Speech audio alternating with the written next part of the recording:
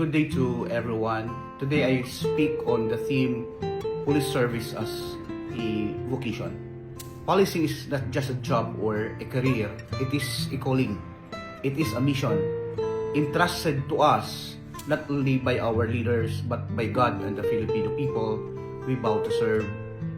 Wearing this uniform means carrying the responsibility of justice, peace, and protection.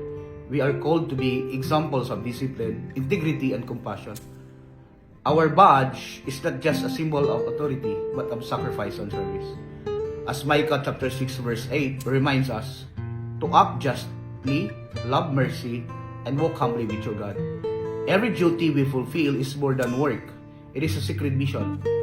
Let us always remember, we are not just enforcers of the law, but public servants guided by faith and purpose. Let us pray.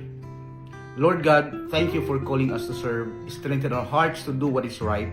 Guide our actions with wisdom, and protect us as we fulfill our mission. May we always serve with honor, integrity, and love. Amen.